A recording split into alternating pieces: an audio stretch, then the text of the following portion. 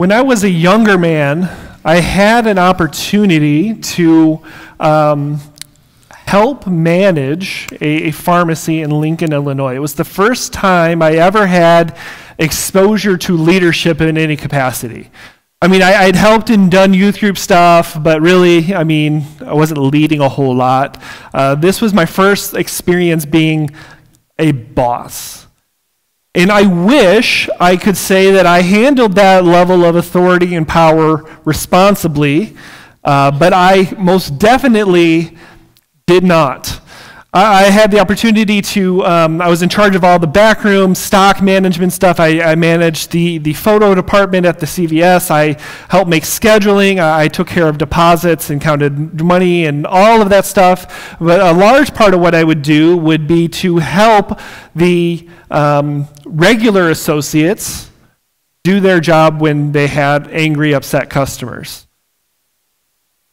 There was one. Well, actually, there were a few employees that we had that I probably wasn't the most Christ-like with, but there was one in particular. We'll call her Angie. Angie was a very difficult person to work with. She was often late. She would take longer than she's supposed to breaks. Like if she was supposed to do a 15-minute break, it wasn't unusual for her to stretch those things into 30 minutes or more. She would also go to the bathroom for extended periods of time, leaving me stuck in the front doing the cash register instead of managing those other areas I was supposed to. I can remember one night in particular, I'm trying to count down the cash registers at the end of the night, and she decides to do a marathon bathroom break, doing who knows what in there. And I remember being like, it's time to leave, and I haven't done the drawers, and we had a whole fiasco of trying to get out on time. She was a very difficult person for me to work with. With that said, there was no excuse for the way I treated her. To be blunt, I was a total jerk.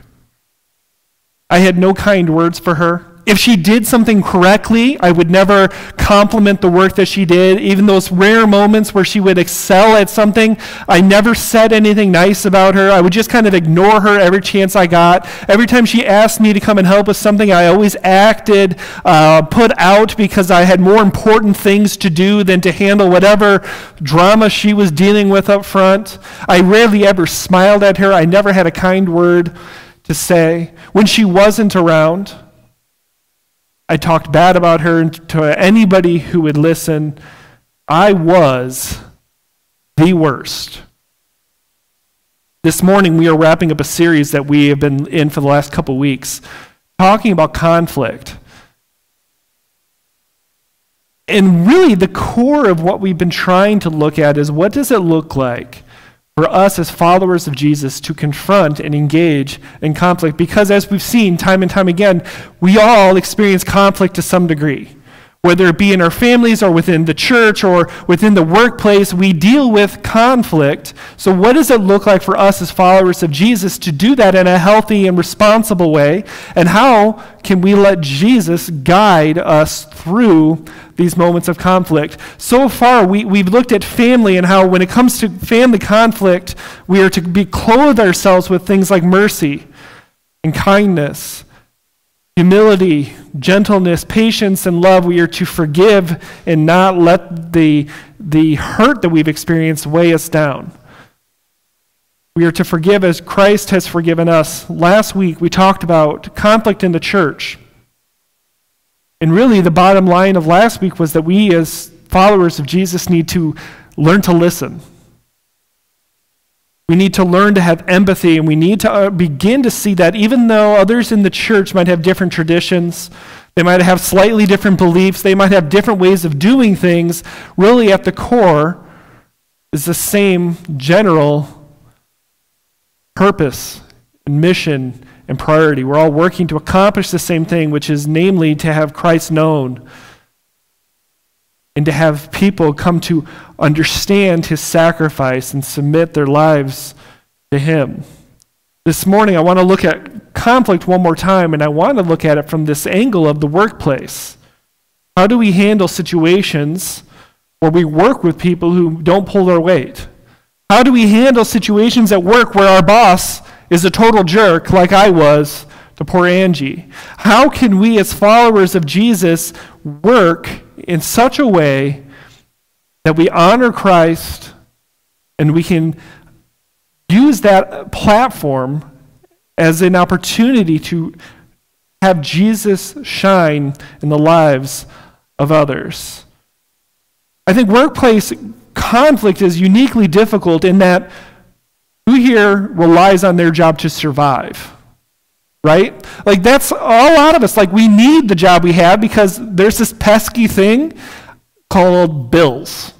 And there's this other pesky thing called food that costs money. Like we need these things to survive, and our jobs are so entwined with that, and yet we also find ourselves working 40, 50 hours a week. We are surrounded by these people on a very consistent basis. So how can we handle conflict in these places? What is the role of a Christ follower in those environments? This morning, if you have a Bible, we're going to be in Romans chapter 12. I'm going to encourage you to flip to Romans chapter 12. It'll also be on the screen behind me if you want to do it there as well. We're going to pick things up in verse 9 this morning. Romans 12, verse 9. Don't just pretend to love others, really love them. Hate what is wrong, hold tightly to what is good. Love each other with genuine affection and take delight in honoring each other. Never be lazy, but work hard and serve the Lord enthusiastically. Rejoice in our confident hope. Be patient in trouble and keep on praying. When God's people are in need, be ready to help them. Always be eager to practice hospitality. And we're going to pause there. We're going to come back to this in a moment. I love the way verse 9 is phrased in the NLT, the version that we just read that in. Other translations translate that a little bit differently. For example, the NIV, it simply says that love must be sincere. But I love the way the NLT does that because I think there's something more organic and human about the way Paul phrases that. Paul says here not to just pretend to love other people, but to really, actually love them. Do you know what it's like to pretend to love other people? I feel like it's easy to fall into this, this way of thinking, right? We as followers of Jesus, we know deep down in our heart that Christ died for all, so we should love all because that's what Jesus is asking us to do. Like, who here doesn't understand, like, you're supposed to love the world, right? You're supposed to love other people. But so often, we kind of do this thing where we take this type of verse and we translate it in our heads and in the way we practice it a little bit differently. Instead of actually loving them, we do this thing where we just act in a loving way towards other people. Have you ever found yourself just acting in a loving way towards other people, but yet deep in your head and your heart, there's no real love there? Have you ever had a situation where you acted lovingly to somebody only to talk bad about them the second you had an audience to do so? We act in a loving way, but that doesn't stop us from gossiping every chance we get. Paul's words here are challenging because they're pointing us to something more real. Paul isn't saying just act in a loving way. He's talking about a deep within transformation that helps us view the world around us. So these coworkers that we work with, these bosses that might be jerks, truly love them. Don't just pretend. Don't just do the thing you think you're supposed to do, but begin to view them the way Jesus views them. The people you have conflict with at work, those people are deeply loved by the Father. Jesus died for the people you have conflict with at work. You're to have that same love. That is an incredibly difficult thing to wrap our heads around. And really what we find here is Paul encouraging us to have genuine affection for other people. We are to take delight in honoring others. I think another way to kind of view this is like this. The way we treat others, especially coworkers who get under our skin, the way we treat them should bring us joy. When was the last time we felt joy in the way we treated others? We are to be ready to give assistance whenever it is called upon us. But yet so often, I know I'm guilty of this. I just stick to my job description and I don't really look for opportunities outside of what I'm there to do. A few months ago, I found myself in a funk, and I might have talked about this in here before. I can't really remember. I say a lot of things. But a few months ago, I found myself in a funk. For those of you who maybe don't know, I do have a full-time job outside of being a pastor, and for the first time in my life, I had a job that I didn't want to go to on Monday morning. I had never experienced that before. And some of you are like, oh, poor baby. Like, I understand how spoiled I have been in my entire life. Like, I've always had a job. Even when I worked at CVS, like, I enjoyed being at work. I enjoyed the people. I enjoyed the tasks.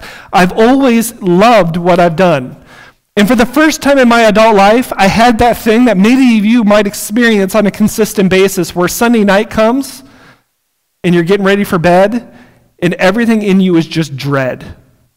I did not want to go to work the next day. I did not want to do another week of that. I did not want to do it. Have you ever had that sensation? I was in a funk. I was depressed. I was not happy. I was going through a tough few weeks. And I think really the bottom line of it came down to this. I've always felt that whatever it is that I did, whether it be CVS or youth ministry or being a lead pastor, I felt like I was contributing to something. I felt like I was making a difference, but yet when it came to the job I have now, I didn't feel like I was making a difference. I was just a number on a spreadsheet.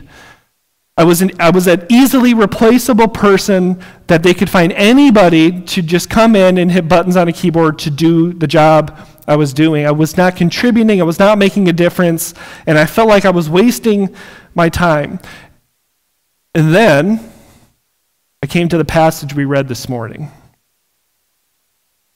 And it challenged me, and it has changed the way I view my role at work. Just look at it again. If you feel yourself with that type of weight, I want you to read this passage again with me. We're going to read through it real quick. Don't just pretend to love others. Really love them. Hate what is wrong. Hold tightly to what is good. Love each other with a genuine affection and take delight in honoring each other. Never be lazy, but work hard and serve the Lord enthusiastically. Rejoice in our confident hope and be patient in trouble. Keep on praying.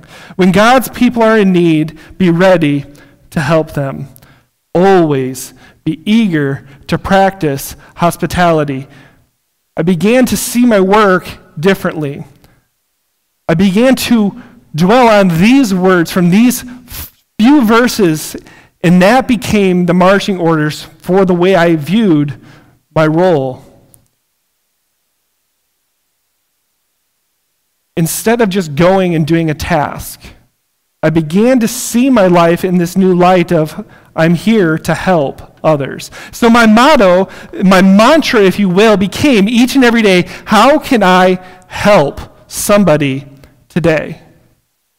How can I help a coworker? How can I help these people that I email every day? How can I help those around me? How can my presence here make a difference in somebody else's life?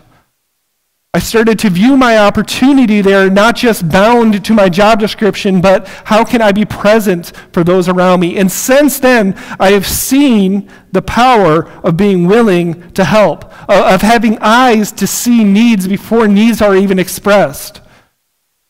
I've been able to walk beside a coworker as his wife was diagnosed with terminal cancer.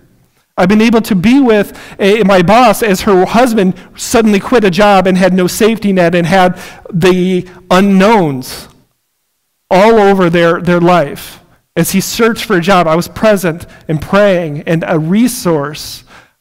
I was able to walk with a coworker as they bought their first home and talk through the fears and the doubts and the stressors of those types of moves.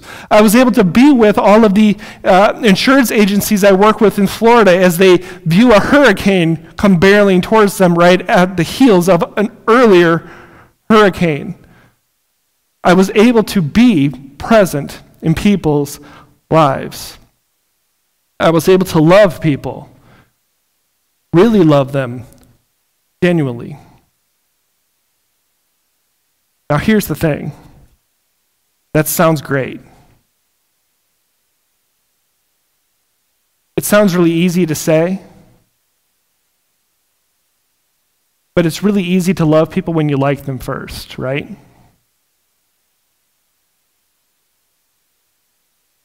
What about those times when I just flat out don't like the people? What does it look like for me to love people like Angie back in the day? What does it look like for people like Angie to love people like me when I was a jerk and rude and terrible? The truth is, some of us in the room have toxic work environments. We don't get along with our bosses. There are people on the team that we work with that are lazy and non-productive, and oftentimes we have to pick up the slack. We all have examples like that in our lives. It's really easy to love people when we like them first, but what happens when I don't like the people I work with? How can I, as a follower of Jesus, be present and loving in that type of environment? Let's keep reading what Paul says here. If you have your Bible still open to Romans 12, we're going to pick it up where we left off in verse 14. Verse 14 says this: "Bless those who persecute you. Don't curse them. Pray that God will bless them." If you've got a pencil on your paper Bibles, underline that and put a bunch of stars by it. Be happy with those who are unhappy. Be happy with those who are happy, and weep with those who weep. Live in harmony with each other. Don't be too proud to enjoy the company of ordinary people, and don't think you know it all. Never pay back evil for with more evil. Do things in such a way that everyone can see you are honorable. Do all that you can to live at peace with everyone. Dear friends, never take revenge. Leave that to the righteous anger of God. For the scriptures say, "I will take revenge. I will pay them back," says the Lord. Instead, if your enemies are hungry, feed them. If they are thirsty, give them something to drink. In doing this, you will heap burning coals of shame on their heads. Don't let evil conquer you, but conquer evil by doing good.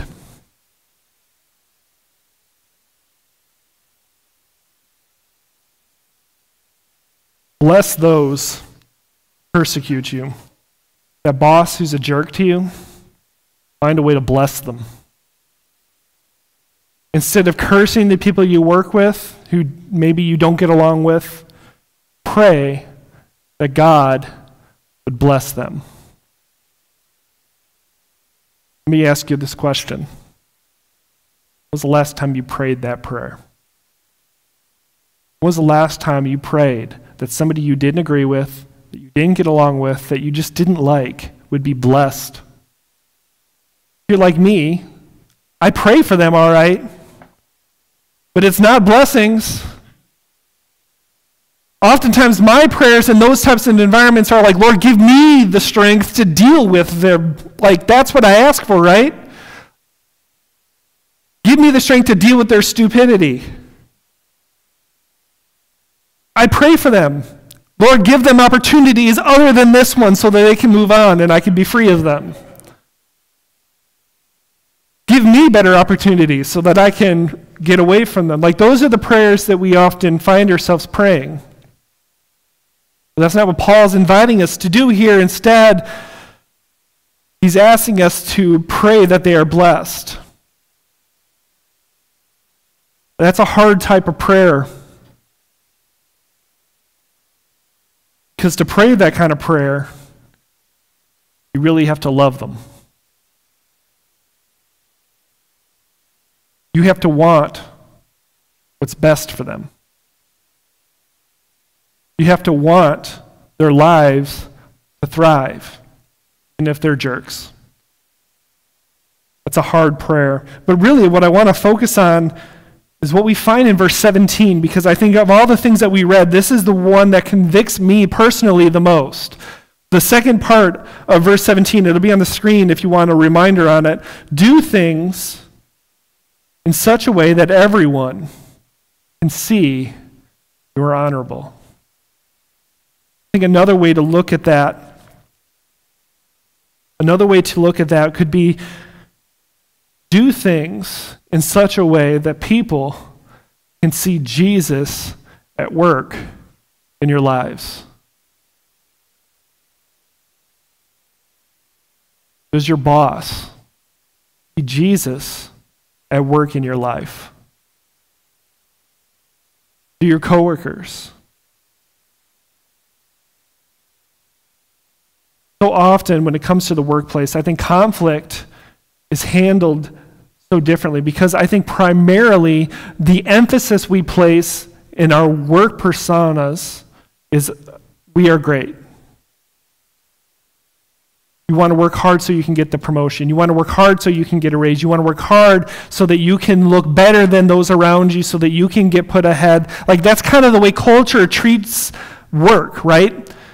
You're only worth how many zeros are on your W-2 at the end of the year. Like that's how so often we are trained to think, and we need to do whatever we can do to rise above. If it means stepping on people, then so be it. That's what it means to be successful. It's all about making a name for yourself, about shining and standing out. When it comes to conflict, we kind of go into this risk management type of mode where if somebody's not doing their job correctly, we don't want it to reflect poorly on us, so we try and stand out. We justify our actions. If our boss is being a jerk, we make it so that everyone understands it's because the boss is terrible. It's not because I did anything wrong. Oftentimes when it comes to work conflict, the priority is on ourselves. But what I find here is something starkly different. The priority is not on us. It's about allowing Jesus to shine in our lives through us. The things that we do at work shines a light on the relationship we have with Jesus. That becomes the priority.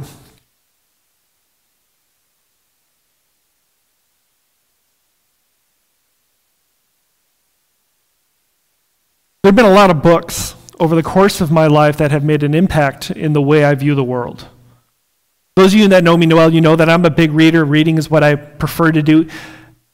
If I could pick a vacation, it would be to read a book by myself for a week. Like that's what I want more than anything. Like my family loves Disney. Part of me, if it wasn't for the bank account, would send them to Disney so I could be alone for a week. But I fear what would happen if I did that. So I go with them anyway. But that's not how I would vacation. Like I love to read. There have been few books that have made the type of impact in my life that the book, Celebration of Discipline by Richard Foster, has made. I've taught it here many times. Who here has been through a class that I've taught on the Celebration of Discipline? I think I've done 2 adults. I've done a high school version of it as well. In the course of this book, and what this book focuses on, are 12 different spiritual disciplines that we can engage in to put ourselves in position where Jesus can transform our lives from the inside out. I like to talk about the disciplines in the way that we talk about soil if you go and garden. You can plant seeds in anything, and it doesn't always grow, right? But there are things you can do to put nutrients in the soil to help make things grow more effectively. You're not making it grow yourself, like that's God that does that, but we can do things in our lives to help make growth more hospitable. That's what the spiritual disciplines are all about. It's things like it's meditating on Scripture. It's things like fasting. It's things like solitude. It's all of these disciplines and habits in our lives that we can focus on. One of the disciplines that has rocked my world the most is the discipline of submission. Submission is living out the words that Paul writes in Ephesians chapter 5, verse 21, which will be up on the screen behind me. And further, submit to one another out of reverence for Christ. Through practicing submission, we let go of the addiction that we often have about always being right. We let go of this burden of always having to have our way above all else. It means we freely, willfully submit our lives to other people and to God. And here's the thing. I hate the discipline of submission. I hate it. Of all the disciplines, this is probably the one I struggle with the most. Like, I'd rather fast for weeks on end than be submissive. I like being right. Anyone else relate to that? I like knowing that I am right, and I like showing to other people how right I truly am. Just yesterday, we were driving to a store to look at something. They didn't have what we wanted. My family wanted to go to another store. I said it was a bad idea. Rather than just going to the other store and just seeing what happened, we had to get into a fight about it because I had to show just how right I was. Submission is a hard thing because it forces me to get over my arrogance and embrace other ways of seeing the world. When it comes to the workplace, submission is sometimes hard because I have in my head a way of doing things that is clearly the right way of doing things. And if other people try and tell me there's a better way to do things, they're wrong. And I feel like it's my duty to tell them they're wrong. In those moments where I do, and it's rare, in those moments where I am wrong, it's hard for me to admit that. Instead of just owning the fact that I'm wrong, I have to come up with the excuses to justify why it wasn't my fault that I was wrong. But when you have that attitude, when you're unwilling to be submissive, it just fosters aggression. It creates an environment that feeds conflict. Because what's at stake is being wrong, and I refuse to be wrong. It puts me against others. So when it comes to this idea of workplace conflict, I want to encourage us to think a little bit differently, to embrace the spiritual discipline of submission.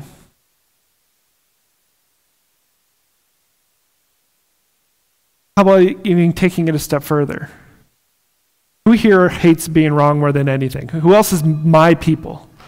Some of you are real quick to say, and some of you are married to each other, so I'll pray for your marriages.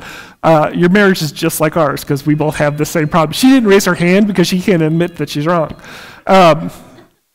Here's what I would encourage you to help train your mind to think differently about being right. This week, I want you to intentionally lose an argument. Take the L. And I want you to pay attention to what that does to your spiritual life. Because I think there's some correlations there, there's some connections there about being willing and able to submit to other people. Intentionally lose arguments, because I think when we submit is when we are most reflecting the character and nature of Jesus. Jesus was right. He He was righteous. He's the only person who can say he was completely righteous, and yet, what do we see Jesus do? Not only does he submit his will to the Father's will to go to the cross, but he submits his life into the hands of Roman officers who tried and convicted him. Even though he was innocent, he still submitted his life to them. Sometimes there are worse things than being wrong. Sometimes we lose more by being right. How does submission show Jesus to your coworkers? Because I think this is something that I lose track of all the time. Other people are always watching. Other people are watching the way you fight with your boss. How are you showing Jesus in the way you argue and you fight? How are you showing Jesus to your boss in the way you relate to your coworkers?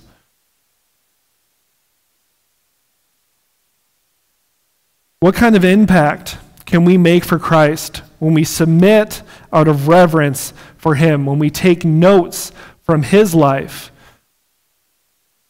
We're willing to lose.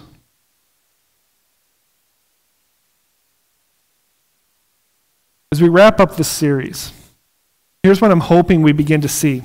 We've been painting pictures of what it means to engage in conflict as somebody who follows after Jesus. My hope is, as we have looked at all of these different pictures, that we begin to see the heart and person of Jesus behind it all. The way we handle conflict communicates more about Jesus than just about anything else in our lives. When we fight with our family, we talked about putting and clothing ourselves with these characteristics that really is the character of Christ.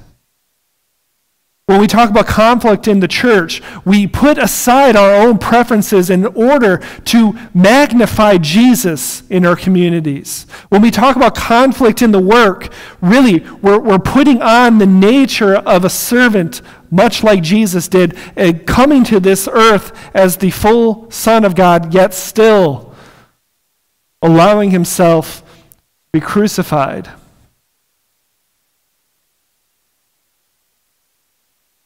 In the midst of conflict, the church, followers of Jesus, have an opportunity to show Jesus to a watching world. I would argue that it's time for the church to rise up now more than ever to show people the sacrificial nature of Jesus in the way that we interact with our families, one another, and those in the workplace. Because while sometimes we opt to not see it, the truth is the world is watching. Your kids are watching. Your grandkids are watching. Your neighbors are watching. Your coworkers are watching. One another, we are watching.